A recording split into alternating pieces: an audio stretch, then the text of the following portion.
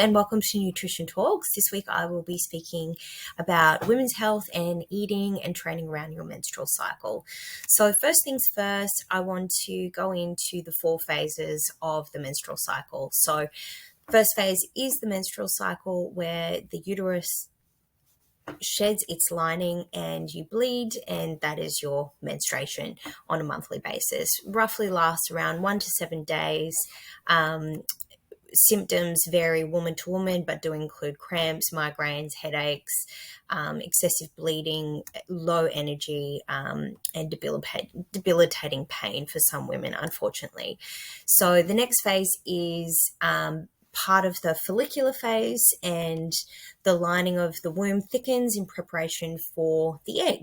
That is 8 to 11 on the cycle of a 28-day menstrual cycle. 12 to 17, those days your ovulation typically occurs, and symptoms do include discharge, which usually looks like an egg white of some kind. There are other symptoms as well. Days 8 to 25 on the menstrual cycle calendar is part of the luteal phase, and this is typically where estrogen and testosterone do peak, and that is your highest point in which your energy will typically peak as well. So after that, the uterine lining detaches, and then the menstruation cycle begins again. So the way in which you understand your own cycle is to track it. So there's lots of apps in which you can do that, and understanding your symptoms and how to work around them and maximize your fitness goals is very helpful if you are someone who experiences monthly disruptions because of your menstrual cycle. So once you have an understanding of your own symptoms when each of these phases of your cycle occurs, in particular your menstruation and your ovulation, I'll come back to why they are important in a second, is mainly because we want to ensure that we get the best out of your workouts and eat to reduce the symptoms that you might suffer. So let's get into it. Alrighty, so if we have a look at first the menstrual cycle, and if we are taking a look at the peaks and troughs of your hormones. The menstrual cycle is when estrogen and progesterone are low. The lining of the uterus, as aforementioned, will shed, and that causes bleeding. Then you'll go through a follicular phase, which will mean that your estrogen and your progesterone is on the rise, and then your ovulatory phase is where your estrogen peaks and testosterone and progesterone rise. What this means is your energy is also at its highest when you are in that ovulatory period. So that is the time to get your most fierce and heavy workouts done. If you're going to do HIIT sessions, get it done there, because you'll have the most amount of energy to get through the session. The luteal phase, so that is when your estrogen and progesterone levels are high. If the egg isn't fertilized, obviously hormone levels take a dip again, and you will shed that uterine lining, and the menstruation cycle begins again. So what this means is, depending on your symptoms, you want to kind of schedule in lighter activity during your menstruation phase. The follicular phase, you might try and amp it up a little bit, get some cardio in. Your stamina might be low because your testosterone is low during that period. Ovulation, opt for the high intensity, hardest workouts, lift your heavy weights during that phase.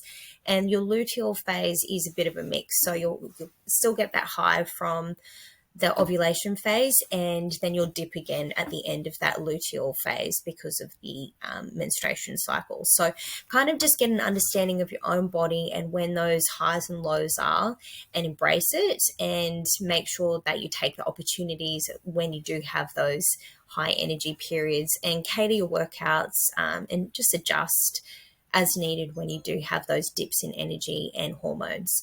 So food-wise, what I will say is when you are in the luteal phase, in preparation for your menstruation, I would make sure that you're eating foods that are high in calcium, magnesium, and fats. These three things will help you with any sort of cravings that you might experience by giving satiety from the fats that you need.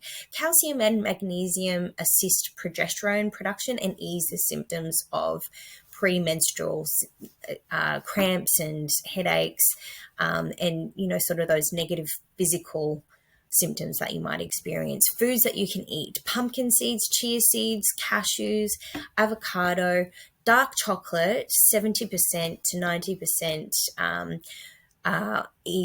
is the best probably recommendation I can give you, because we crave chocolate anyway as women, a lot of us. And the dark chocolate is high in iron in preparation for that blood loss. It's high in fats to ward off those cravings and give you those extra calories that you need when you are very hungry during the luteal phase. And you'll also get a bit of magnesium out of it as well to ease some of those cramping pains that you get during your menstruation phase. When you are in that menstruation phase, go for iron-rich foods. Lean meats are best. Research does show that foods high in salt, high in animal fats, and caffeine usually do exacerbate the negative side effects of menstruation. And opt for easily digestible foods so that you are being quite gentle on the body. So porridge is great, smoothies are great, eggs, lean red meats, and chicken is wonderful. Kangaroo is a lean meat. If you don't like kangaroo, don't go for kangaroo. Fish is also a good option.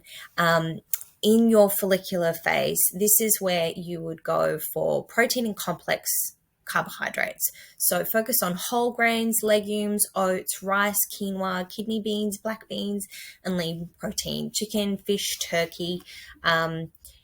Those foods are going to help you in terms of energy and getting the foods that you need in preparation for that menstruation again.